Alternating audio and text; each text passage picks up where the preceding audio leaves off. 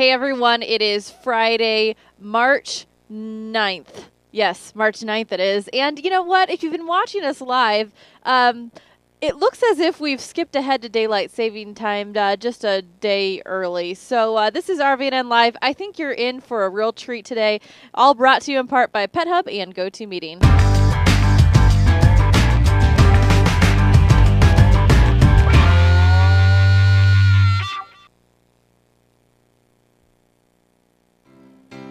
Today's program brought to you by PetHub. Protect your pet for pennies a day with critical contact, medical, and dietary information on a smartphone scannable ID tag. And by GoToMeeting, affordable online meetings that work so you can do more and travel less.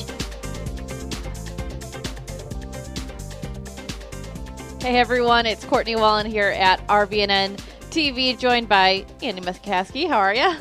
That is our story. We started precisely at noon, and we don't need to talk about what time zone. Yes, we don't need to talk about what time zone. It's just somewhere it is noon. And, I think we're just really, really excited about daylight savings time. Andy and I don't like sleep. And the fact that we're losing an hour, we wanted to jump ahead even more but take that hour out. As Dr. Jill pointed out yesterday, being a leap year, we had 24 extra hours that came to us, so we're 23 ahead. I think we're still ahead, exactly. Andy, we've got a really great segment. We actually pre-recorded this because we've been joined a few times by Delbert and Linda Schrock, who are down in Florida, which you'll find out a little bit more. But they actually arrived home. Was it today? I think they're scheduled today or tomorrow. They're this was recorded just before they left their mission assignment down in Florida. Absolutely. We joke with them that when they come back, they bring the bad weather with them. Andy, no joke. It's been beautiful all weekend. What was it today? What was it cold. Today? It was cold this morning, yes. It's clear right now, but, you never can tell. You never can tell. So take a look at this interview with Delbert and Linda Schrock. Are joined today by Delbert and Linda Schrock, and this is kind of a series we've had here on RVNN-Live. It's RVing for good. It's utilizing that time in retirement to do something better and know better. To tell us about this, right, Andy? Then Delbert and Linda Schrock. Guys, thanks for being back with us today. You're welcome. And you were, of course, down in Gotha, Florida, at Camp Ithiel.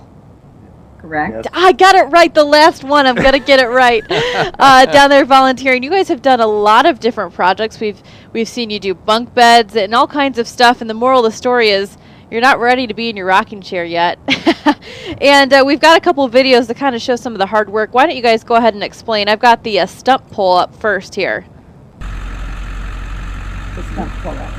Oh, well, that was, they were getting ready to put up a building for the tractor barn, and they had some tree stumps in the way, and it was going to be a lot of hand digging, and we decided to try to pull it. And there was kind of a guessing game whether we could actually do it with my pickup, but we did it. We pulled 5 stumps out of there, and we kind of got a bunch of onlookers. One guy said he was selling tickets to see whether we could actually do this or not. So I didn't count the number of supervisors that you had there, but it looked like that there's a fair number that are providing guidance from the sidelines. Yeah, you're right. Well, it was really tight quarters, and so there needed to be a couple to watch the posts on the fenders and so on. But not everybody from the camp was down there until somebody suggested they wanted to hear the air horns, and then everybody came down to watch this. Okay, so we have to be a little bit quiet then, so we can get the full horn experience there, right? I'll turn that up here. We won't be able to hear it, but we have to.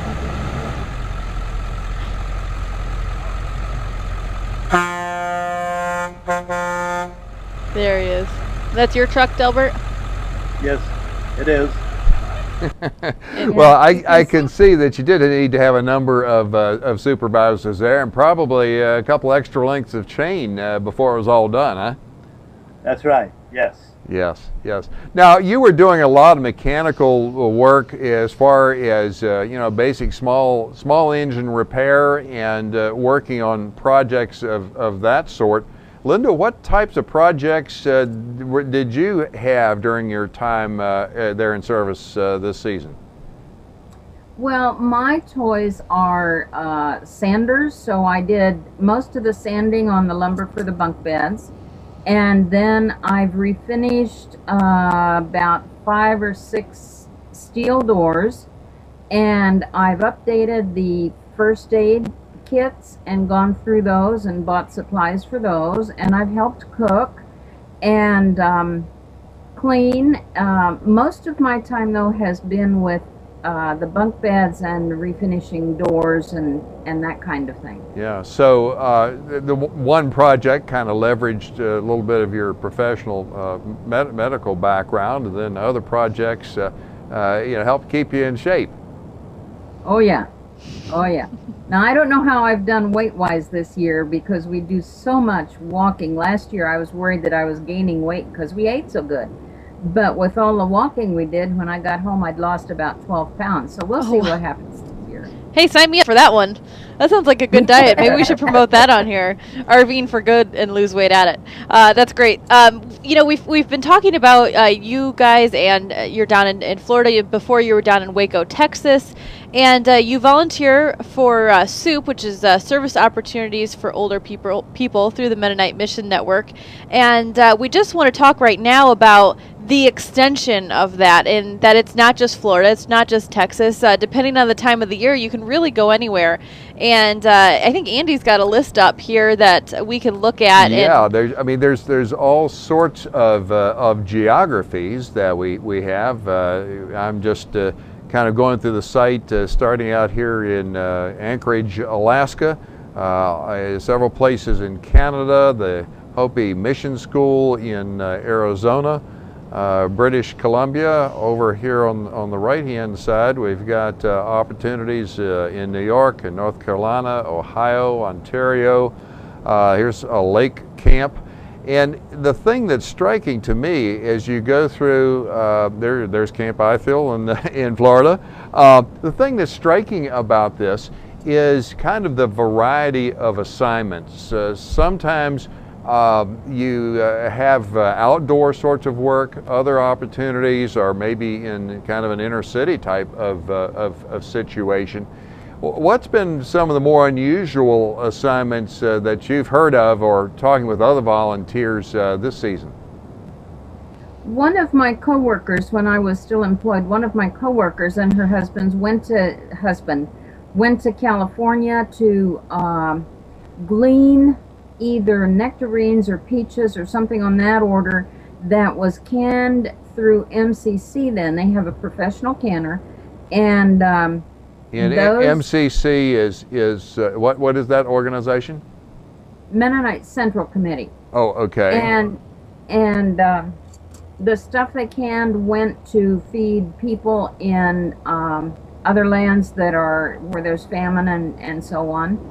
A friend of ours works with the program in Phoenix, and they do things like food bank. They work at retirement centers to help in the activity program. They do light construction in homes that are run down or the people are unable to make their own repairs. They work with mentally challenged individuals. Whatever their talents and interests are, somewhere in SOOP in one of the states, there's something that their talents can be used. Yeah. So Delbert, when you go through the wish list here as you kind of plan your future activities, how much input do you get into this process as far as picking out projects that you'd like to contribute to? Well, actually, they know my interests are mechanical, so basically that's what I do most of the time while I'm down here. In fact, Mike called me last summer about a couple of mechanical problems they had, and that's partly why we got a new tractor barn this winter, because that separates us from the woodworking area, and we're all more efficient that way. Yeah, well, you gotta watch those woodworkers. You hear all kinds of stories, right? Yeah. Well, when there was 2 of us working on our detail, And about 12 or 15 of the other guys, they just kind of walk right over you. Yeah, Robert. You know, there's the term shade tree mechanic, and to get out of the way of the woodworkers, they did park the tractor under the shade tree, not very far from the trailer, and did much of the work right there. Okay, so you had not a particularly lengthy commute. So you've been down there now for several months, and it's all work, is that right?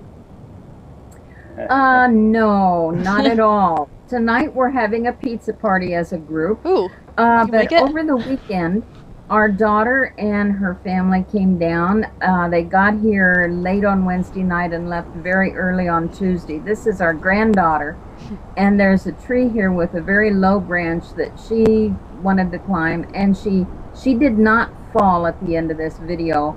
She actually got so she could, she kicked her flip-flops off, and she could walk up the branch holding on to another branch. But this was her first trip up, and so she was exploring it a little bit. She just had a wonderful time with this. That does look fun. So you get a little bit of a break from all the hard work, and you have family. Now, your family lives down there, or they met you? No, they left here. It had been in the 60s at the beach and the 80s here, and when they went home to Minnesota, they had snow and freezing rain. This is Melissa's first trip to the beach, and she wondered if the beach would be bigger than the little beach at the lake they go to in the summer, and she was very impressed when she got there. That's great. And you were telling me you've got your daughter, her husband, grandkids, and you and Delbert. And you didn't, I shouldn't say you didn't smush 5 people into your RV. They all fit comfortably, and no one slept on the floor. Andy and I were kind of thinking, kids think it's fun to sleep on the floor, and you guys said, no, we had enough room. No one slept on the floor, so you just had to be a little polite, but everyone fit. Well, we have 2 slides on our trailer. It's a 28-foot trailer, and we have the bedroom, of course, and then the couch folds out into a regular size bed, and the dinette makes into a short twin size bed. And that was Melissa's bed with all her little animals, stuffed animals that she brought along. And in the morning when we woke up, we just, made sure we called through the doorway, everybody decent down there, or they hollered at us, and we got along just fine. Yeah, well, that's one of the advantages of RVing is that you can take along your pets and animals, whether they're real or whether they're of the stuffed variety. Yeah, and I cleaned out a low shelf, a low cupboard, for her to put some coloring books and colors and magic markers and things like that she could play with, and she could reach it and she could go to it when she wanted it. But when you spend 2 days at the beach and 2 days at Disney and just 1 at the camp, she was pretty tired by the time we'd get home every night. I'm a little tired just thinking about all of that. That makes me sleepy. 1 day at Disney is enough. Well, we appreciate you guys taking time out of your day today and for the past month since you've been joining us, and we just really commend your efforts down there, and would encourage anyone else out there who's interested in getting involved with SOOP or another organization just to shoot us an email. We've got an account for the number 4 good at RVNN.TV. If you want more information on SOOP or the Mennonite Mission Network and how you can get involved, we can direct you to the right people, or you can just go to the Mennonite. Is it Mennonite Mission? It is MennoniteMission.net. .net. MennoniteMission.net. And Delbert and Linda, we hope you have a safe. Actually, when this airs, you'll be leaving Florida, and we'll try to make sure the weather's warm for you. Okay? Oh, that'd be great. Okay. Hey, listen, thanks very much, and have a safe trip. Thank you. Thank you. We'll see you. Bye. Okay, bye-bye. Alrighty, great interview with Delbert and Linda, and we hope that they've gotten back safe. I think we've told them, call us when you get home. We're like their parents. Okay, and except for the glasses and the hair, you could have sworn that you were right here. But the shirt, red shirt versus this, nah, not gonna make it. It's like the quick change. I do this. It's the magic of TV, and I really can't fool anyone. That was pre-recorded, but yeah, like we said, hope they had a great trip back. It's great to hear the things that you can do, and if you're interested in RVing for good with SOOP or any other organization, we've got the SOOP website up on the show notes. But if you just do a Google search for volunteering, there's so many different places you can do this. Any age group can get involved and take advantage of what you're doing. So I know a lot of the interviews we've had recently, a lot of them volunteer. Well, and I think the other thing is that there's all sorts of opportunities that the RV can provide, kind of unexpected leverage, and enable you to do more activities as far as the volunteering is concerned, and maybe less concerned about the logistics and so forth involved to support that. Absolutely. We say the RV is the base camp. Yes, and the rest exactly. is up to you. So now it's time for the 30 seconds of not so shameless plugging.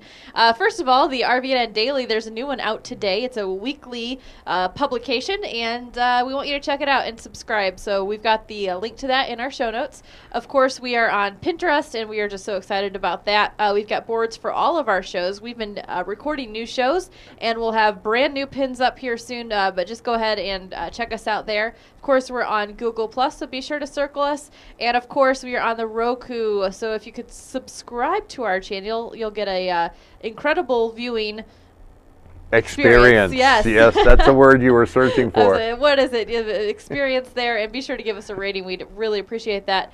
And I was going to say, I almost feel like that rating's out of date. I feel like it's higher than that now. It is. Climbing up. It is, and what we need to do is get a new screenshot of that. You'll find us in Travel and Outdoors. When we first came on the Roku system, we were in the new channel listing, and now you have to search just a little bit, but Travel and Outdoors is where you find us. Absolutely. So check it out. Lots of good stuff and new information coming soon about other ways you can watch us.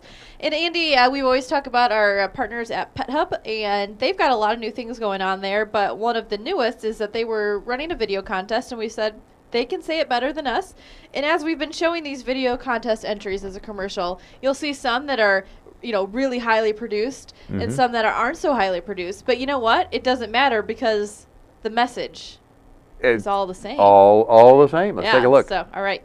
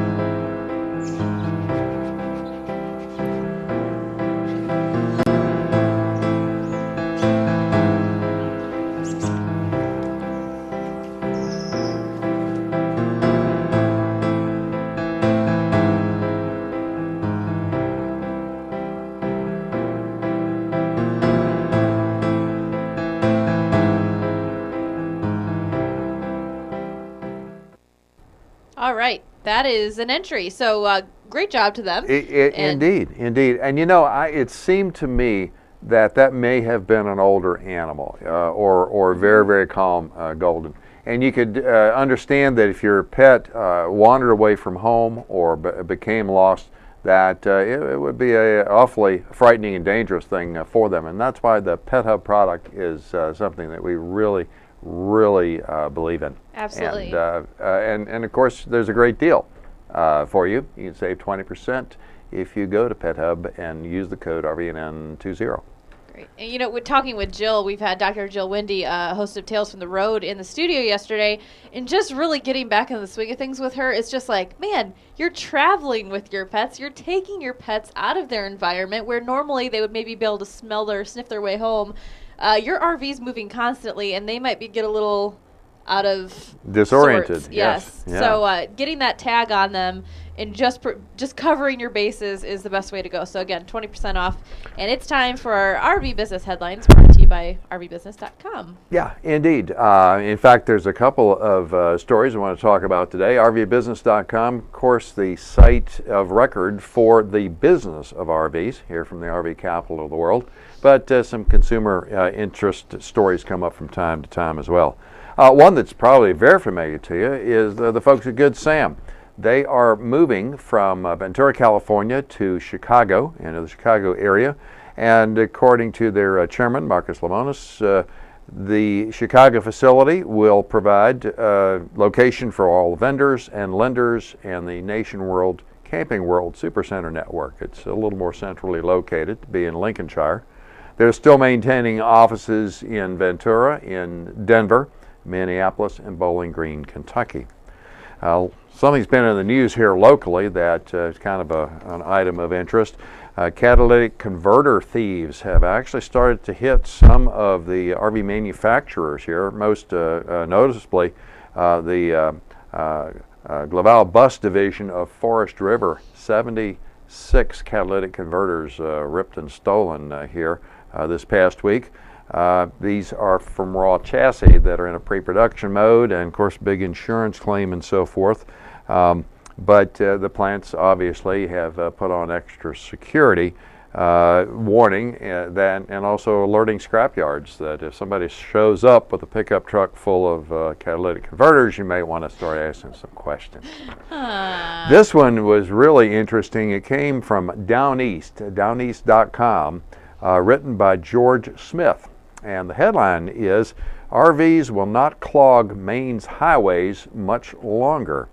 And he starts out, he says, if big recreational vehicles filled with tourists annoy you, he's writing, of course, to people in Maine, you don't have to worry about that because the Maine Revenue Service has come up with a scheme and decided that the business owner of an RV rented to a customer who spends more than 24 hours in the state of Maine owes the state sales tax on the original price of the RV. And there is a company called Travel Right in Vermont that says, check this out, you spend $100,000 for an RV, you rent it to a customer, and of course that customer can drive it anywhere he wants in different areas, but if they spend 2 days in Maine, let's say that the rent's $100 a day. That means that under Maine's tax system, Maine would want 5% sales tax. So $100,000 vehicle, 5%, that's $5,000. And it's hard to pay that if you have the only income that would have come from that would have been the $200 of rent from the time it was in the state of Maine. And obviously, you know, anyone who is in that business could run up six-figure debts really, really quickly. And because of that, this company, Travel Right, no longer allows its RVs to be placed in or travel to or through the state of Maine. And I mean, this is crazy. And in fact, they said that they should change the slogan from vacation land to taxation land. And many of these RVers actually come from Europe, people who have flown from Europe and want to see New England and drive around and so forth. And well, I tell you, there's nothing like a legislator or an administration that sees what they think is a quick touch in the taxation department. So we'll see how Maine resolves this particular situation. But you might want to check if you are planning to go to New England. You might want to check if you're renting an RV and make sure that you clearly understand what the rules are. It's kind of like renting an RV and do you take it to Mexico? You know, that sort of situation. Yeah. Anyway, that's what's happening in the world of RV news. You know what I like to call that, and I might get some flack, but that's fun killing. That tax is fun killing. Yeah, exactly. Not to mention business killing. Yeah, you think of all the gasoline and souvenirs and meals and groceries and admissions.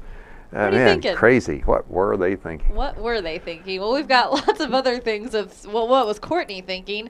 This is our social media headlines portion of the show. Actually, you know what, before we do that, let's talk about another show that we have coming up called RV Travel Shop. Indeed. And you tell it better than I do. Well, take a quick listen here for about 90 seconds.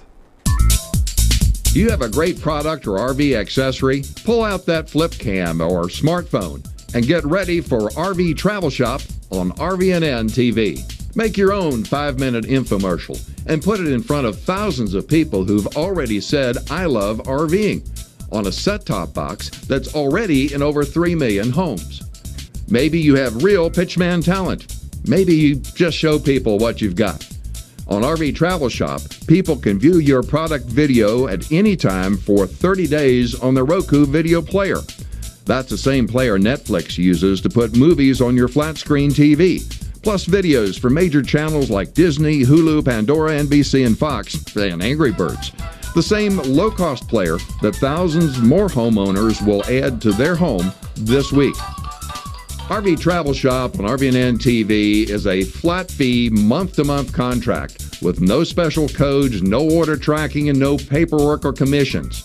Contact us now, 1-877-578-7866, or by email, rvtravelshop@rvnn.tv.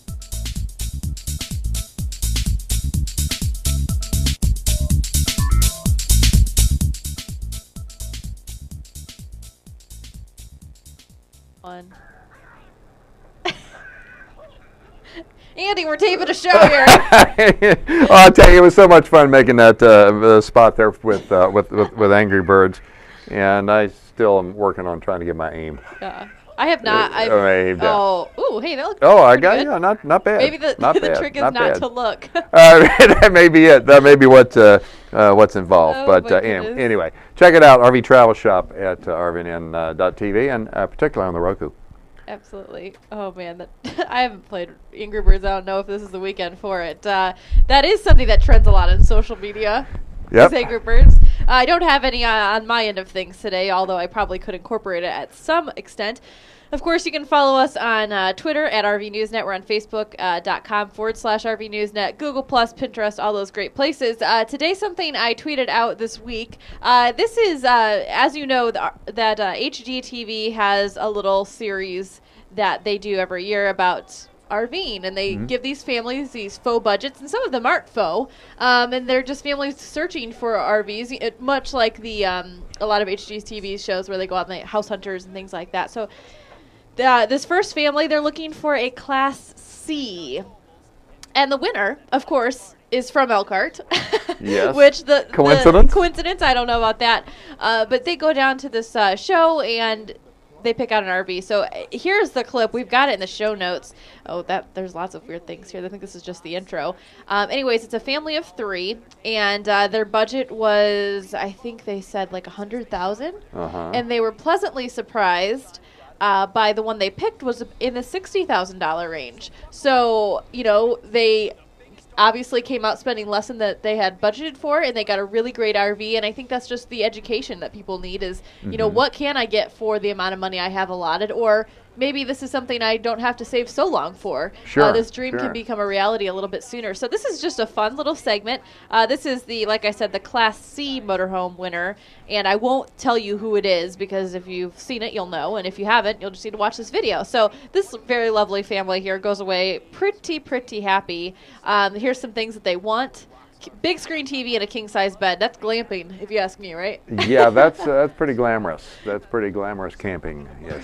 Pretty glamorous. So that's really fun. Check it out. Like I said, we've got it in the show notes, and that's from HGTV. I actually believe that aired in January. It was from the Pennsylvania RV show. Yeah, from the Hershey show. Yeah, Hershey show. Yeah. So that's that. Yesterday was International Women's Day, Andy, and I'm a little confused because sometimes I'm like, let's just go back to social media in general. I didn't know it was your birthday until Facebook told me.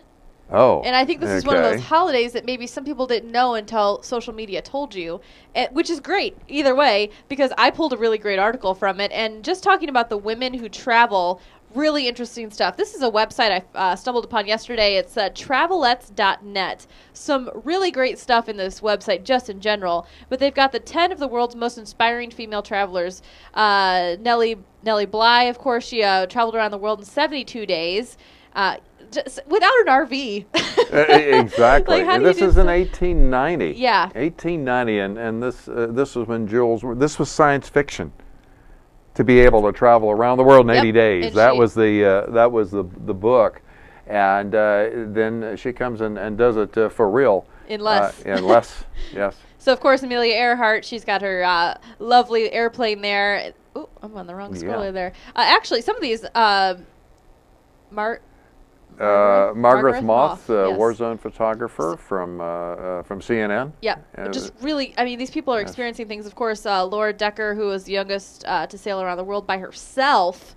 all these, one who did the bicycled around the world. I mean, just crazy stuff, climbing Mount Everest, and these great, of course, Lonely Planet is a great website that we get a lot of really good content from, and Maureen Wheeler is one of the founders of that. She's in this list. Gertrude Bell, just really great stuff. It's just kind of inspiring to see what these women, and it could be anyone, it doesn't have to be female, male or female, that do all these really great things. And I just have to think, of course, back to an RV makes all of this stuff so much more feasible by being able to roam wherever you want. And some of the guests we've had on RVNN-Live are just examples of how people make that choice, and are able to do it, not necessarily with a lot of money either. Yep. And it's very interesting, very inspiring to hear some of their stories. Absolutely. And so here's a place to travel to. Somebody I put on Facebook. This is the world's largest rope swing. It's at Arches National Park. Andy, if you're scared of heights, this is not for you. And not do not do this. Actually, it's the sort of thing, if you've got confidence in your equipment, you're okay. Yep. You're okay with it. So with that being said, I need to read this here. Of course, Arches National Park is in Utah, and Devin Graham, also known as Devin Supertramp, was just created what he calls the world's largest rope swing. He tied securely to the top of Corona Arch in Arches National Park. The rope allows one hardest person at a time. I've got different views of it. Oh, do you? Okay, I'm going to flip over to you. Yeah. One person at a time to free fall 130 feet. And then you swing 100 feet. So there's the person in the swing right there. And there are some other views of the height. This is off of the arch itself. They're swinging around, nuts. And then here is just for a sense of scale, to give you some idea of what you might be in for. That is a very, very interesting part of the country to go through and see that. I have had a chance to go through that park. I love this part of the article where it says, the act may sound dangerous, but hours of pristine engineering has gone to the creation of this natural ride. Graham and his friends carefully constructed a 150-foot long I should hope rope. They were careful when they did it. Of course. So you have to go look at this link. We've got it in the show notes. But here's the best part about this. Not only is it cool, if it's not for you to physically do yourself, you just need to go see it. Of course, this is in Utah, a place to maybe put on your bucket list or for your next family trip. But here they've got a glance at Arches National Park and other things to go and see and do there. So instead of maybe watch someone else do something scary, there's other things to be done there. So pretty cool. I like that article. I thought I got a little sweaty in the hands just looking at it, but what can you do? All right, this next one is, Andy and I had this discussion. Of course, you've seen memes go around. This is kind of qualified as one, but it's really not. This is for a full-time RVer, and I can't even read that. You've got a great, or is that coming off of my machine? No, that's coming off. This is a JPEG that I pulled over, okay. So see it a little bit better. What our friends think we do, what the family thinks we do, what society thinks we do, what society thinks we have, that would be the pile of money to the side, and then what we have achieved. Yeah, very interesting. I thought that was cool. So that's on our Google Plus page if you want to check it out a little bit more. And I think a lot of people could relate to that. I thought it hit it pretty spot on. Of course, I'm not personally an RVer, but just the people we've talked to, I think that they would agree. Oh, yes.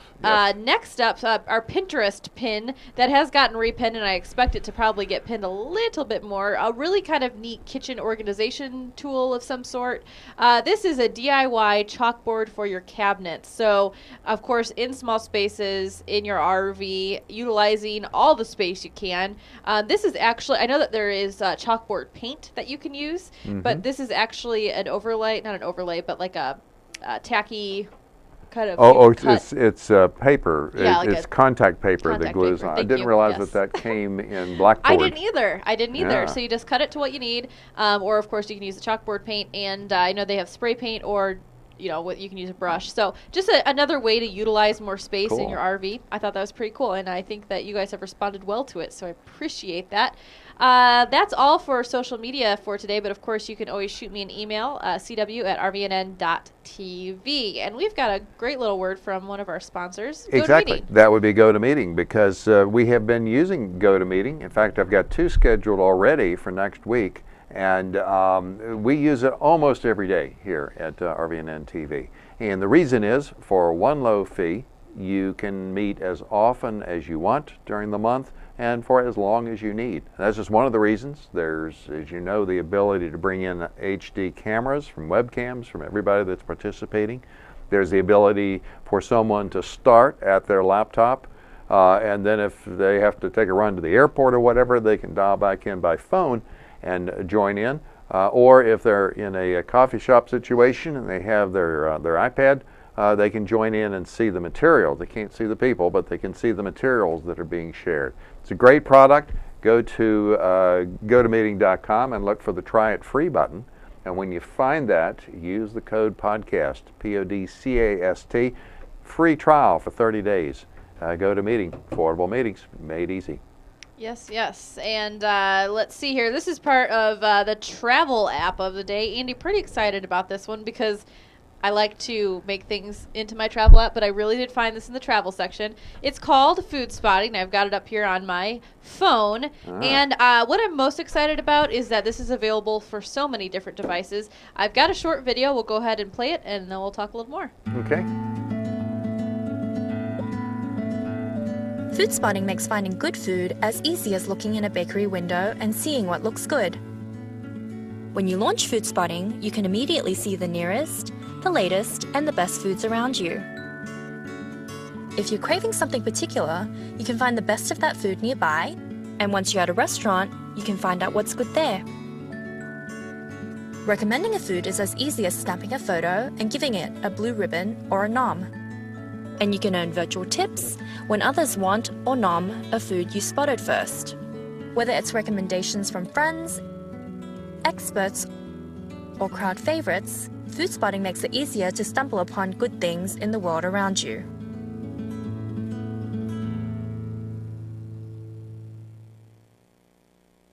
So good, because as you travel, you may not know what locals know. And this is a way to uncover the here's the franchise place. There's 1,200 of them in the country, and you know what you're going to get. It's not going to be all that great, but you kind of a known quantity.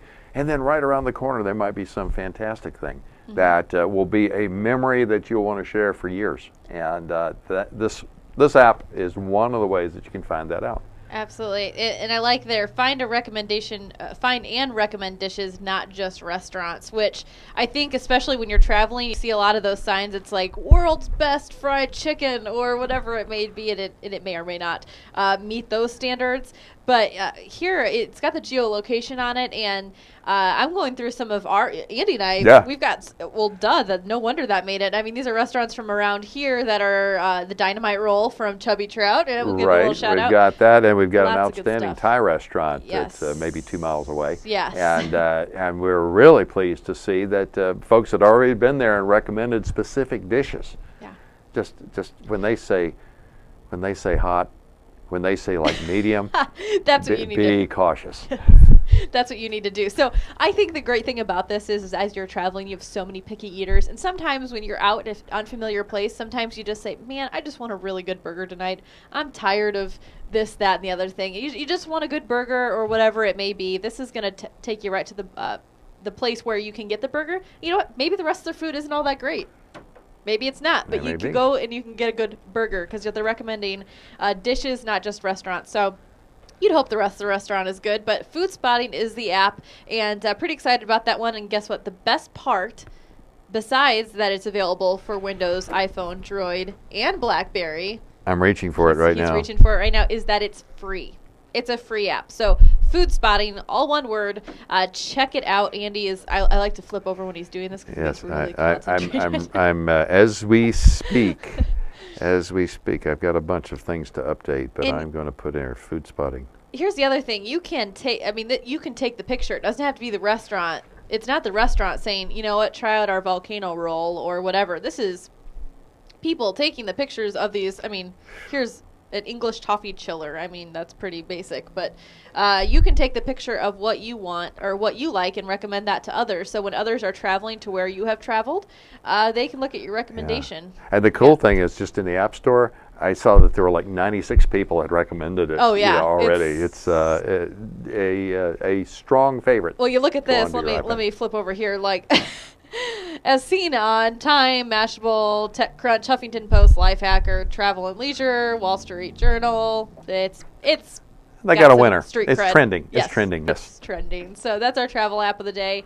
Things that we will be posting soon is, of course, we recorded new episodes of What's Wrong with This Picture and Tales from the Road this week. So next week, be on the lookout. What's Wrong with This Picture? The episode that will be posted is about it's our DSLR series, and on this one in particular, we talk about what the heck do those buttons mean on your camera that you just invested all that money on. So we're looking more into the settings and how to take great pictures on your RVing road trip. And then Tales from the Road, we're talking about wellness exams and early detection, which is while you're traveling, be really conscious of getting those done and getting on the early detection to prevent what could happen. And there's nothing worse than being on the road and having a sick pet. So all that's good. And you'll check that out. Be sure to just subscribe to those shows at RVNN.TV. You'll be alerted when they are posted. Geocache Radar. That's right. Coming up for the weekend. Of course, there's nothing better than, as far as an RV-focused family activity, the activity of geocaching. Because you can adjust, you can choose treasure hunts based on the terrain, based on the difficulty, and it's all tied in with what the capabilities and how adventuresome your family is right at that particular moment. So if you've got something if you've got preschool kids or you've got youngsters, then maybe you want to consider a difficulty of 1 or 2 or terrain of 1 or 2. If you've got adventuresome teenagers, young adults that have a lot of particular skills in the outdoors, then maybe a 4 or 5 would be more appropriate. But whatever it is, you're going to have a lot of fun, and you're going to find that there are lots of other things to do in whatever area of the country you end up in. It's Geocache Radar, episode GCRD 110-5. Today's cache is near Gadsden, Alabama. While in the area, you could go to Nakalula Falls Park and see the falls, the Pioneer Village, or take the kids on a train ride. Train rides included in your park admission. Or head to the International Motorsports Hall of Fame, one of Bobby Allison's great cars, or the Budweiser rocket-powered car that broke the sound barrier in 1979. Or slip over the state line to the Cloudland Canyon State Park, one of the largest, most scenic parks in Georgia. Contains rugged geology and offers visitors a range of vistas across the deep gorge cut through the mountains by Sitten Gulch Creek. The elevation varies from 800 to over 1,800 feet, all within easy driving distance of today's cache. Today's cache is called the Watering Hole, GC1 PZQ1, difficulty 2, terrain of 2. This is a 2-man or 2-person cache. You need to hold hands under the tube to keep the water from running out. Remove the tube top, fill the can with water, pour into the tube, and 2 cans of water will reveal the cache. Approximate coordinates: north 33 degrees, 56 minutes, west 86 degrees, 1 minute. For full details, go to geocaching.com, the official global GPS geocache hunt site. For show notes on this cache, go to rvnewsnet.com/geocache radar. Information is believed to be valid at the time of production, but conditions may change. Use common sense and caution and do not trespass. Keep geocaching a fun and family RV activity. Geocache Radar is a production of RV Newsnet and RVNN TV and is a member of the Tech Podcast Network. If it's tech, it's here.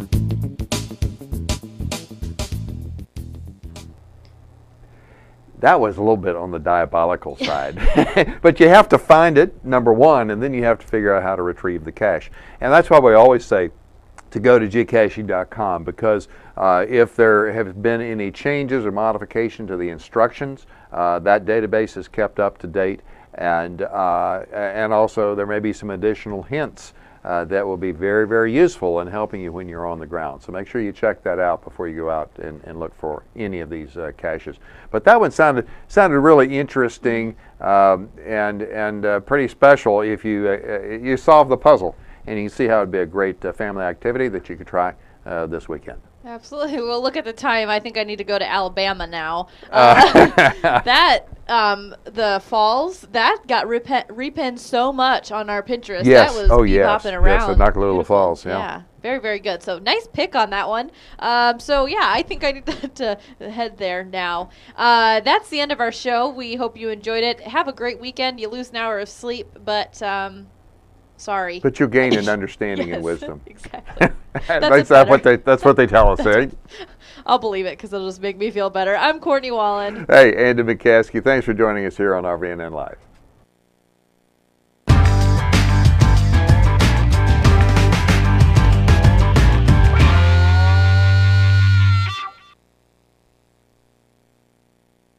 Today's show is brought to you by Angie's List, where you'll find thousands of unbiased reports and reviews about service companies in your area. Whether you're looking for a roofer, plumber, house cleaner, dentist, or even a doctor, Angie's List members share their experiences with each other so that you can choose the service company that's right for your job.